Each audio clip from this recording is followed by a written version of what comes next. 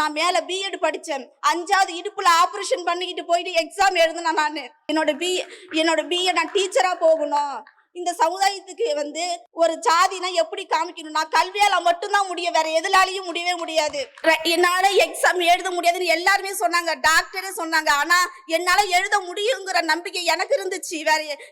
நான் நம்பினாதான் என்னால முடியுங்கிறத நான் ஃபர்ஸ்ட் உணர்ந்து அதுக்கப்புறம் நான் ரைட் ஹேண்ட்ல கட்டோட பிளட் ஊத்தும்.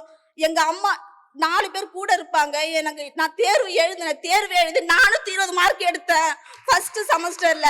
2வது செமஸ்டர்ல 345 மார்க் எடுத்தேன். ஒரு டீச்சருக்கு எது வேல்யூ? நான் ஸ்கூல்ல போயிட்டு 80 நாள் ட்ரைனிங் போகணும். அந்த 80 நாள் அந்த ஸ்கூலுக்கு நான் போயிருந்தேன்.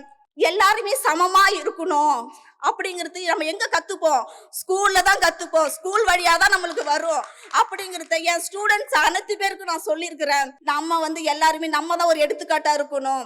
உங்க மூலியமா தான் ஜாதி எதுவுமே பார்க்க கூடாது.